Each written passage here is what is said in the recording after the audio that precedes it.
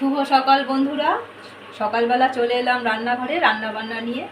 আজকে বৃহস্পতিবার, পুজোর কাজটা অনেকটাই থাকে। আগে আমি পুজোটা করে নিয়ে তারপরে চলে এলাম রান্নাঘর।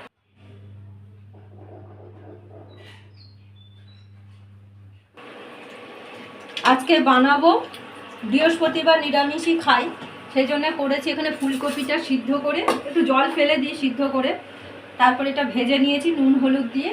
কড়াইতে দিয়েছি জিরে ফোড়ন, আর আলু কাটা রয়েছে, এই আলুগুলো আমি ছেড়ে দেবো। আলুটা ভাজা ভাজা হতে থাকবে, আমি ছিলে এখানে মশলাটা তৈরি করে নেব। মশলাটা দিয়েই আজকে একটু কড়াইশুঁটি দেবো আর টমেটো, কাঁচা লঙ্কা, এই দিয়েই হচ্ছে আজকে ফুলকপি আলু তরকারিটা করব। আর ভাতটা হচ্ছেই, এখানে ভাত এখনও হয়নি, ভাতটা বসানো আছে। আর এখানে আমার রয়েছে মুসুর ডাল করেছি। বৃহস্পতিবার বলে আমি মুসুর ডালটা করি।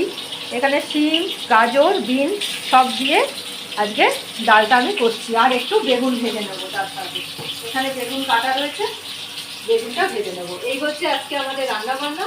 তোমরা দেখতে থাকো, আমার ভিডিও কেমন হচ্ছে অতি অবশ্যই কমেন্টের মাধ্যমে জানাবে।